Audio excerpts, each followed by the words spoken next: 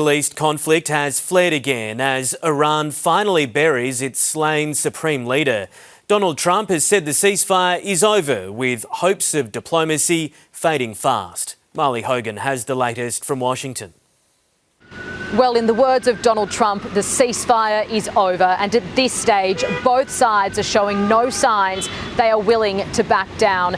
The US military says that it has hit more than 170 Iranian targets over the past 2 days, focusing its attacks on strategic areas it believes will help keep the Strait of Hormuz open.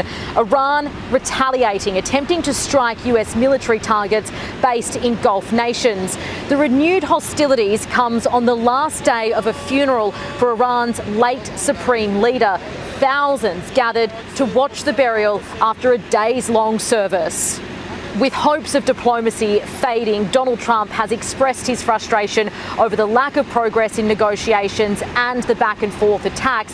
However, he did say that Iran had called to make a deal and hasn't fully ruled out a return to diplomacy. They called a little while ago. They want to make a deal so badly. I just don't know if they're worthy of making a deal. I don't know that they're going to honor the deal. That's the problem. Because it's sort of crazy, to be honest with you. It's sort of crazy. They're a little bit out of control, but they want to make a deal badly. Iran has not confirmed it wants to resume negotiations, but it's understood that mediators are working in the background trying to get both sides back to the negotiating table.